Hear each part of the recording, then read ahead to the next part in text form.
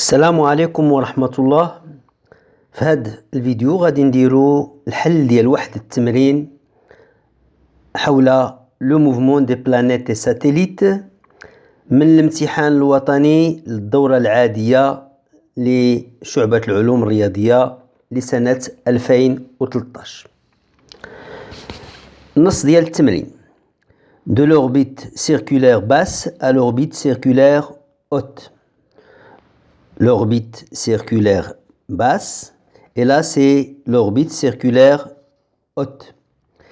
Le transfert d'un satellite artificiel terrestre S d'une orbite circulaire basse de rayon R1 à une orbite circulaire haute de rayon R2 se fait en passant par une orbite elliptique tangente aux deux orbites circulaires comme l'indique la figure ci-contre. Là, elle est tangente à l'orbite basse et là, elle est tangente à l'orbite haute.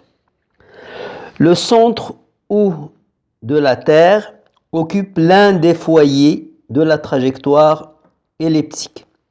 Les données: la valeur de R1, la valeur de R2, la constante de gravitation universelle et la masse de la Terre.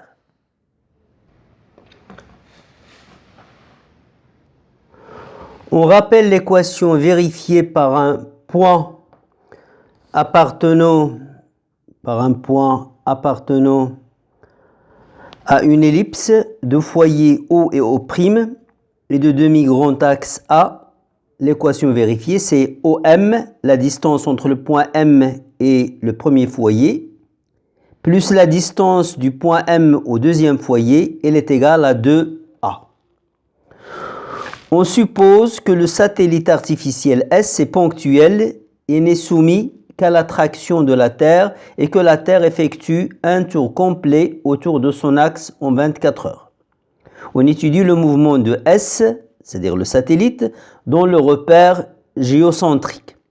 Le repère géocentrique, c'est le repère qui a pour origine le centre de la Terre et dont les trois axes sont orientés vers trois étoiles lointaines dans l'espace. Première question. En utilisant les équations aux dimensions, déterminez la dimension de la constante G, la constante de gravitation universelle. Pour trouver la dimension de G, il faut chercher une relation qui est vraie dans laquelle on trouve G. Or, la relation qu'on a, c'est l'intensité de la force d'attraction universelle. كنعرفوا بأن F كتساوي G fois la masse du premier corps fois la masse du deuxième corps sur la distance entre les centres des deux corps au carré.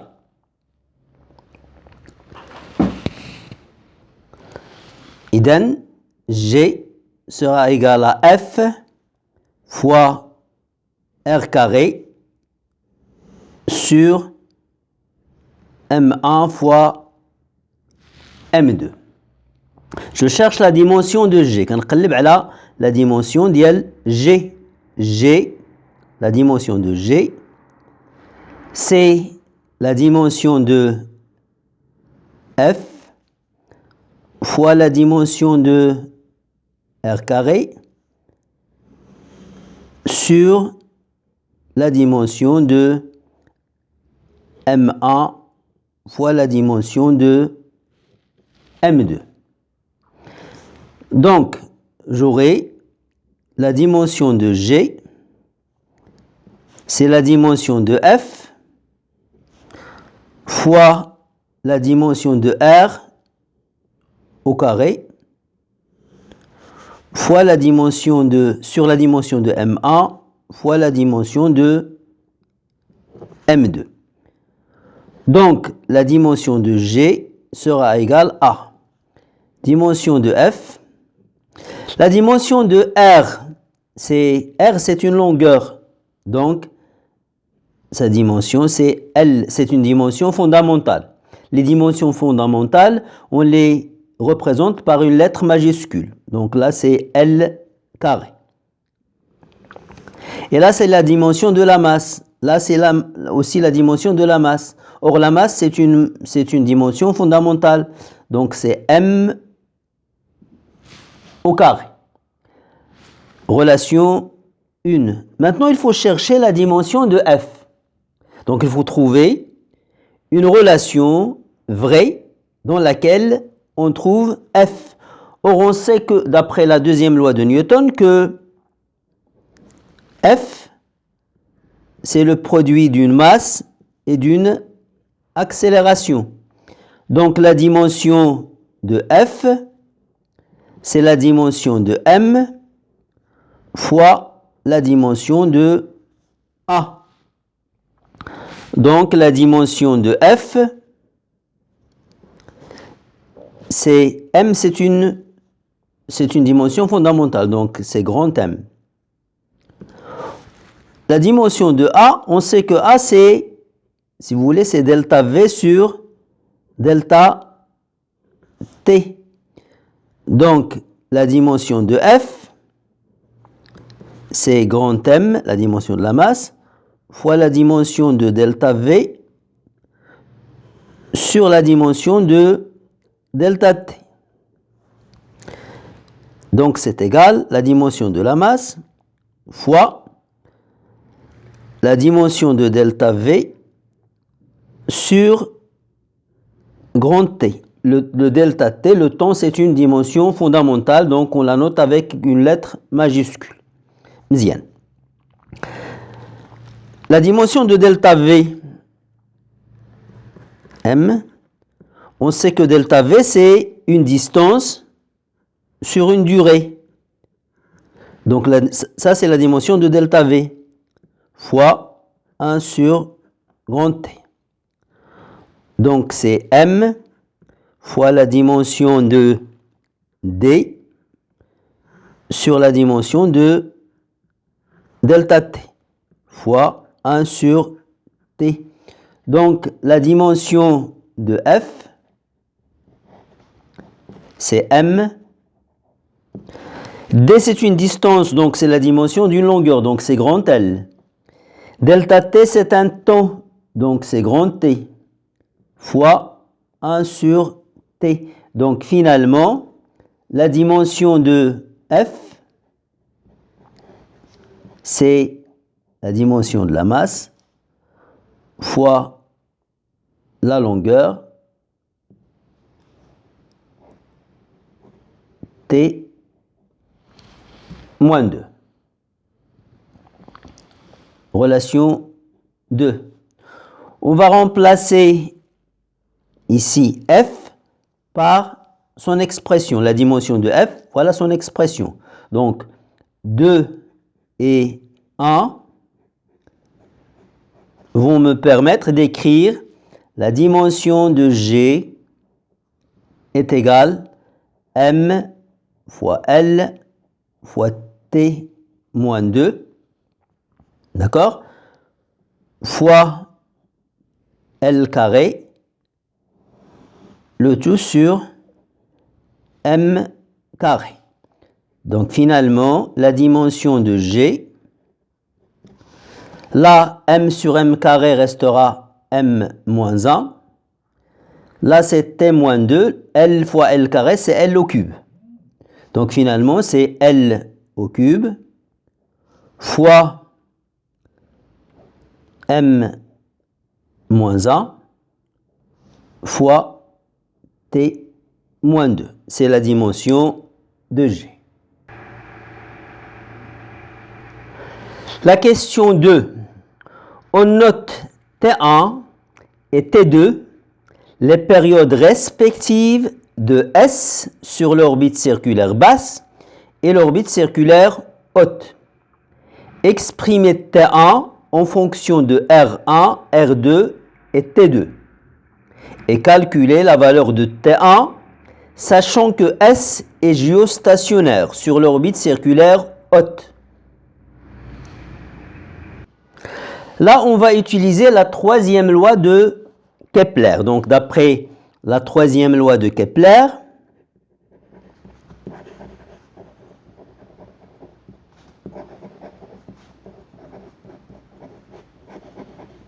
On sait que t au carré, la période, dépend du rayon de la trajectoire circulaire. T carré sur r au cube est une constante. Dans l'orbite circulaire basse, la période c'est T1 et le rayon c'est R1. Donc T carré sur R1 cube est égal au même rapport pour l'orbite circulaire haute. Pour T2, on a R2. Donc T2 au carré. On cherche l'expression de T1. Donc j'aurai T1 au carré égale à R1 sur R2 le tout au cube fois T2 au carré.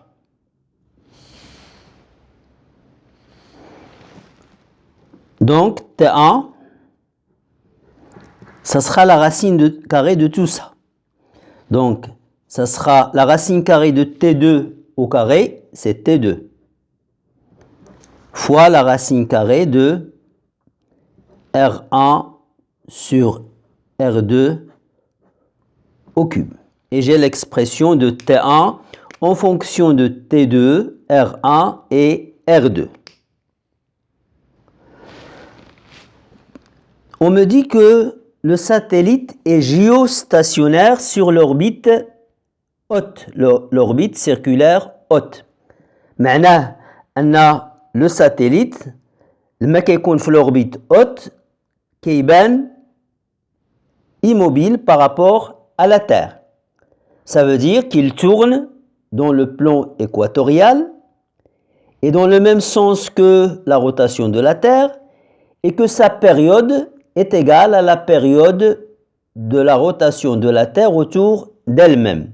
معناه أن هاد T2, la période du satellite sur l'orbite circulaire haute, elle est égale à la période de la rotation de la Terre autour d'elle-même, c'est-à-dire 24 heures.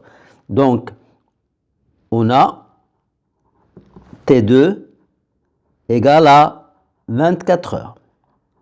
R1 est les données, R2 est les données, donc je peux facilement calculer T1. Application numérique, T1 égale 1,52 heures. Question 3. On considère le point E qui appartient au petit axe de la trajectoire elliptique défini par OE égale à la distance OE fois le vecteur unitaire U, où le vecteur U est unitaire. Donnez l'expression du vecteur accélération AS de S, c'est-à-dire du satellite, au point E en fonction de G, M et OE. Et calculez AS l'accélération du satellite au point E. Le satellite en E, ici, il est soumis à une force exercée par la Terre. C'est la force d'attraction universelle, orientée de E vers le centre de la Terre. Donc là, c'est F, la force exercée par la Terre sur le satellite qui est dans la position E. On va appliquer la deuxième loi de Newton. Donc le système étudié, c'est le satellite. Le bilan des forces, il y a une seule force, c'est la force d'attraction universelle exercée par la Terre. Après, on va écrire la deuxième loi de Newton dans le référentiel géocentrique considéré galiléen.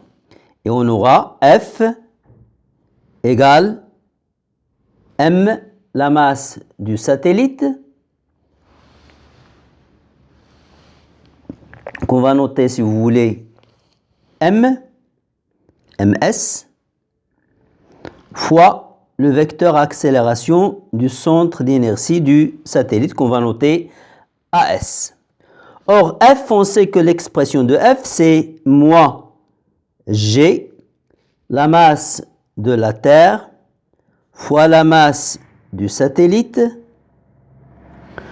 sur la distance entre le satellite et la Terre, c'est-à-dire OE au carré, fois le vecteur unitaire U orienté de la Terre vers le satellite, égale ms fois AS.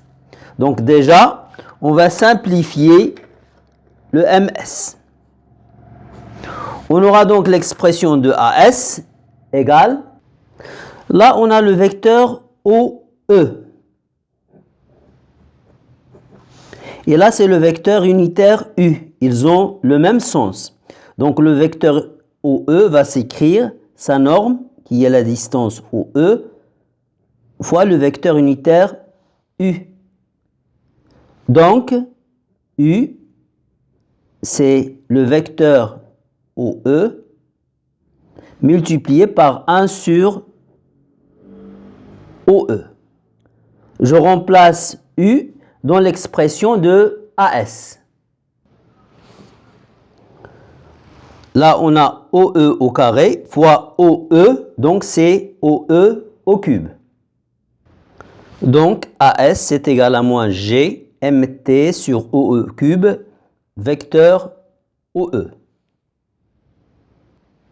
Là, c'est l'expression du vecteur accélération.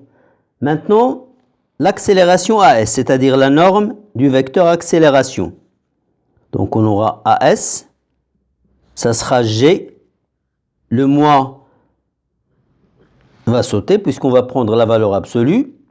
Là, c'est MT, là, c'est OE au cube, et là, c'est la norme de OE, c'est OE. Donc, on aura AS égale G fois MT sur OE au carré. G c'est connu, MT c'est connu, mais il faut déterminer la distance OE. Or, on sait que le point E appartient à l'ellipse. Donc, le point E vérifie l'équation de l'ellipse. On a OE plus O', O et O' sont les foyers de l'ellipse, égale à 2A. A, c'est la demi-longueur, la longueur du demi-axe, du demi-grand axe. Donc là, c'est E. Là, c'est, tout ça, c'est 2A. Et le deuxième là, c'est le premier foyer. L'autre foyer, il est symétrique à O par rapport au petit axe. Donc, O' sera O et O' sont symétriques l'un de l'autre par rapport au petit axe. Or, E appartient au petit axe. Là, c'est E. Donc, la distance O'E est égale à la distance OE. Donc, 2OE égale à 2A. On simplifie le 2. Donc, on aura OE égale à A. Là, c'est la longueur du grand axe, c'est 2A. 2A, elle est égale à quoi? 2A, elle est égale à cette distance, c'est R1, plus cette distance, c'est celle-là, c'est R2. Donc, 2A, c'est égal à R1 plus R2. Donc, A, c'est R1 plus R2 sur 2. Donc, OE égale à R1 plus R2 sur 2, puisque OE est égal à A. Et je vais remplacer OE par son expression dans l'expression de l'accélération AS. Donc, on aura AS égale à G fois MT sur R1 plus R2 sur 2, le tout au carré. Ce qui va donner AS égale à 4G fois MT sur R1 plus R2 au carré. C'est l'expression de AS. Application numérique. Dans l'application numérique, il faut faire attention aux unités. La masse, elle est déjà donnée en kilogrammes. G, elle est donnée dans le système international. Mais attention, R1 et R2 sont donnés en kilomètres. Il faut les convertir en mètres avant de faire le calcul.